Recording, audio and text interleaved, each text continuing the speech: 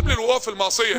بصوا يا جماعه، احنا عايزين نفتكر حاجات خلاص، وبعد كده نتكلم في العلاج العملي. لازم تفتكر حاجات. الحاجات دي انت ممكن تجيب ورقه وقلم وتقعد في البيت وتكتبها وتعلقها قدامك، ان مفيش معصيه هتعملها في حياتك مش هتلاقي في ميزانك ابدا.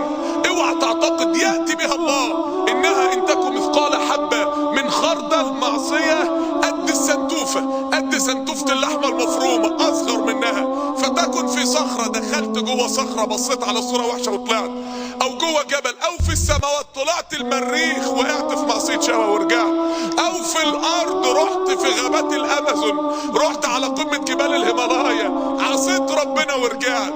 يا بني إنها إن تك مثقال حبة من خردل فتكن في صخرة أو في السماوات أو في الأرض يأت بها الله إن الله لطيف خبير. يوم القيامة على الميزان يأتي بها الله. مفيش معصية مش هتلاقيها.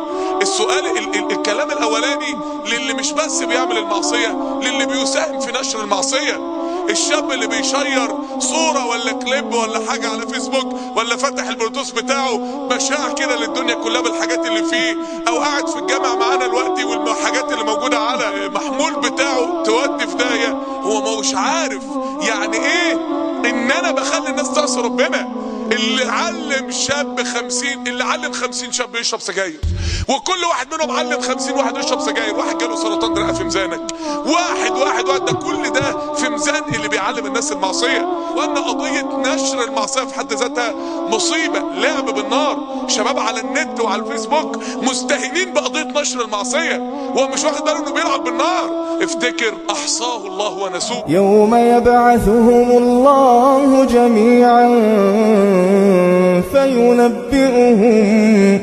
فينبئهم بما عملوا أحصاه الله ونسوه أحصاه الله ونسوه